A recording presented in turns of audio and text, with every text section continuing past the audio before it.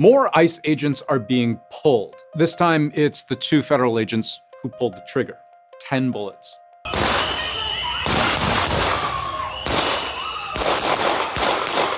All fired at an American citizen, Alex Pretti, in Minneapolis, as at least half a dozen men pinned him to the ground. The people!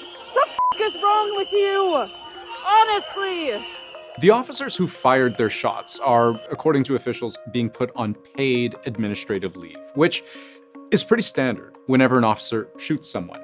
What's not standard about any of this is an administration being caught pushing a shaky narrative. The agents attempted to disarm the individual, but he violently resisted. Except video evidence calls this seriously into question. Pretti did have a gun. You can't have guns. You can't walk in with guns. But local police say Pretti had a permit for that gun, that it was legally on his person, his Second Amendment right. And at no point does the Department of Homeland Security's own preliminary report suggest Pretti had even ever reached for that gun. So you've got the shooting officers being put on leave, but also their commanding officer, who had come to this immediate conclusion entirely unsupported by evidence. This looks like a situation where an individual wanted to do maximum damage and massacre law enforcement. Border Patrol Commander Greg Bovino has been pulled out of Minnesota, reassigned. Trump, meanwhile, is trying to downplay what that means. I do that all the time. I shake up teams. Look, we have an incredible team. Except there's also all kinds of talk about Kristi Noem, Trump's Homeland Security Secretary, whether she's on her way out, because she, too, was quick to come to the apparently wrong conclusion.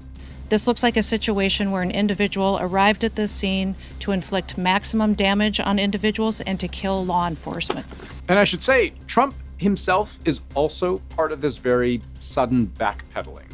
After spending weeks blasting state officials for inciting who he called rioters against federal agents, he unexpectedly had a very good call with the Democratic state governor, Tim Walz, even saying the 2 of them were now on a similar wavelength. And Trump has just said outright, there's a need now to de-escalate. We're going to de-escalate a little bit. How much of this has to do with the fact that even some Republicans are wondering how things have gone so wrong in Minneapolis?